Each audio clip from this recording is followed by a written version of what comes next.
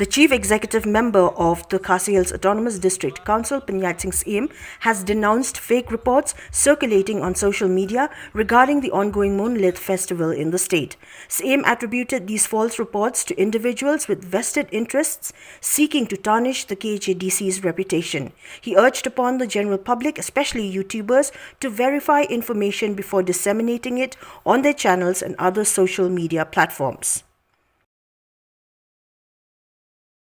Menin haki social media kamde media report ki social media baladon hana kita ki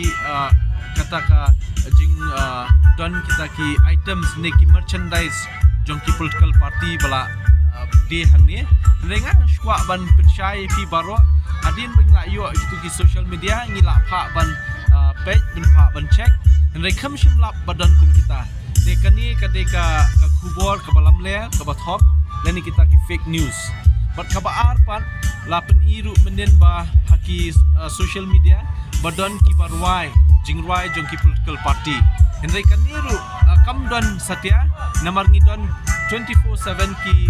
media team jong la jong ba cover ni don kum kata kaniru lalap ba kadeka jingle hok jingle butu jongno re jongno te but kadetang ka fake videos fake report media kiba mi menen te nakaliang ka jongi kuman shipentip baka Khasi Hills Autonomous District Council ringkat jing trelang ka sarkar jela ni penlong ni kan ka Moonlit Festival ban pen I ka jing ruspa jong ka jat penreu jongi bede riti dustur ka paar pan ban wanra ya ka jing ya teli hapdeng jongi kum ka jat penreu ka jongi ngem da khen pide nakanu ka shnong nakanu ka dong ka thain nakanu ka hima re hakum kani ka festival hakum kani ka sngi ngi sno ba baro ngi wanlang haju da ka we ka jingmut kata kalong bangin yan don ye kamen sim jing ya teli bat ka jingi e para mangi wat ru kum juru wat hakani festival ngilai I babun ru ki jai penrio ban ki we ru ki jela ki wan shimenta kum naki Autonomous District Council nani ki Autonomous Council ki we ru ki jela kum na po Tripura na Karbi Anglong na Dima Hasau bat ki we ki wan ban shimenta kani ka ba ma pha te nang ne shakmat ngi kum ka council hadin ka festival ngin shong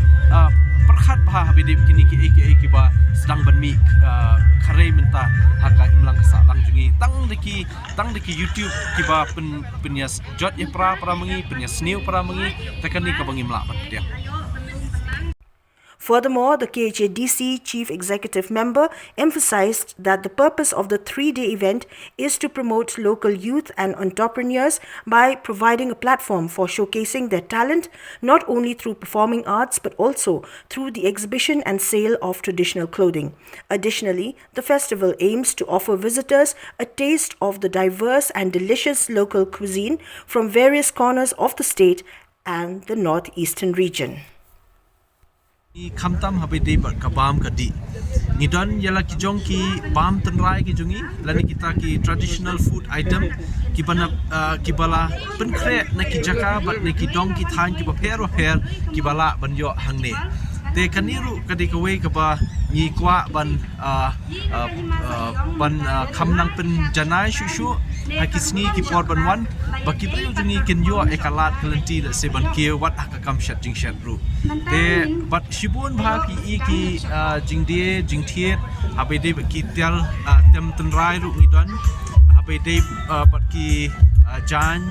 ki ba pher khamtam ka jan po them ri bhoi ke bangi tip ki jan rundia ki bala ban yo hangne hakir kom ba pher kat kum jing kwa jong ki brio dei tangkata ni iru jinglong kerpang